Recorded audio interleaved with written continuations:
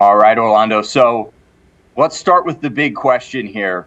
Oregon got the #1 seed, but it feels like they didn't get a great draw. Is that how Ducks fans feel, or what's the vibe out there as they get set for their first game? Adam, you nailed it. That's exactly how Ducks fans are feeling when the draw came out, and they're thinking to themselves, wait, we're the 1 seed. We're the only undefeated team in college football, and the run to win a national championship goes through arguably the best teams in all of college football. And getting this Ohio State matchup is like, wait, this should be like a national championship game. And so many people have made the case that this is the national championship. It's just too bad it has to come this early on. But on the other hand, getting the chance to go to Pasadena and play in the Rose Bowl, a very old school style matchup where you got the Big Ten and the Pac-12 doing it again. This time, obviously now both a member of the same conference, though. Everybody's a fan of that part. But knowing the road ahead and it starts with this matchup, yeah, Ducks fans aren't too thrilled about that part.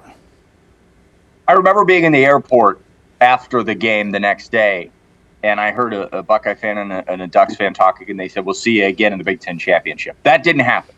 But now we get the rematch. What is Oregon's feeling about the rematch? Do they feel confident in Eugene right now? I do. I do feel like they feel confident. I feel like the fan base feels confident because they've played, they've won.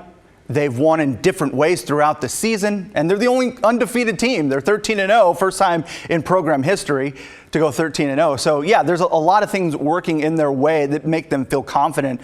But, I mean, I think if you ask most Ducks fans, which team would you have rather played in the quarterfinals in the college football playoff, I think most of them would have told you Tennessee. So getting the opportunity to play Ohio State, head coach Dan Lanning has said all along, we don't control the schedule. We're not going to make excuses. Like, he won't even go there when you ask him those questions about scheduling and matchups.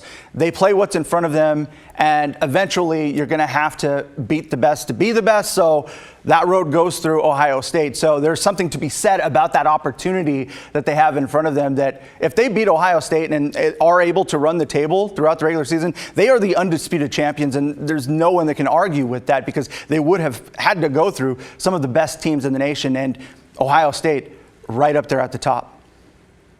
When you talk about the Tennessee team, what was the feeling from everyone out there watching that game last night and seeing, how that shook out? Yeah, I think a lot of fans on social media, as that game was unraveling and saw just how dominant the Buckeyes were, Ducks fans were feeling a little nervous, I think, just thinking about, oh man, they looked so good. This was the Ohio State team that everybody has been talking about since the preseason as a juggernaut, one of the most talented rosters in the nation. And they put it all together. They're clicking on all cylinders. So, yeah, I think there's a little bit of uneasiness going into that game, because Ducks fans were looking at the Michigan game and thinking, oh, man, this is fantastic. And now they know that they're in for what is going to be a battle similar to the one we saw in October that came down to the wire, a game that was decided by 1 point, where one little play could decide the outcome of this game. That's what this is going to be like once again. All right, I've got to ask you 2 final questions. One, what is your biggest worry for the Ducks as they get set for this Buckeye showdown? We'll start with that. I would say my biggest concern for Oregon is the cliche rest versus rust, because this is like 25 days. This is almost a month that they're going without playing a football game. The last time they would have played was Penn State in the Big Ten championship game. So all that time off, how are they going to be able to handle that? I mean, Dan Lanning has been able to motivate this team in a masterful way. And that's been interesting to follow throughout their social media and the videos that they've put out along the way, as the different ways that Dan Lanning has been able to push their buttons. But this time, having that much time off with the holidays and all that, like, are they going to come in rusty? Is it going to take them a while to get going? Because when they opened that game against Penn State, man, they punched them in the mouth. 3 straight drives, 3 touchdowns, and really set the tone for the Big Ten championship. And Penn State was really never able to make up that deficit. And so I wonder, how will they handle this time off?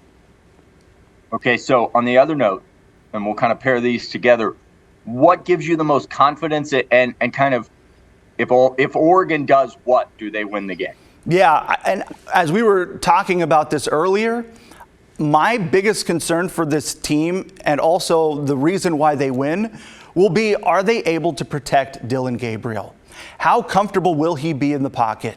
Can he get that deep ball going? Ohio State, their defense is so stingy, haven't given up a touchdown pass since October, and that was against Dillon Gabriel. So Dillon Gabriel, again, will he be able to go over the top? Will he have that time in the pocket? Will he be able to make those plays? Not only with his arm, but also with his legs. So if Oregon's offensive line, which is healthy now, and they've got all the pieces on offense working for them. Tez Johnson is coming off of a career-best game in the Big Ten championship game. Like, this offense is juiced right now. And so it's going to come down to Dillon Gabriel and those moments when Ohio State gets to him. Will you be able to hit him? Will you be able to pressure him? I think that will be the key to this entire game, where we're splitting hairs and one or two plays will decide the outcome and who's moving on. Orlando, appreciate you taking the time. Look forward to seeing you out in Pasadena. Let's do it, man. Looking forward to it. Thanks for having me on, Adam.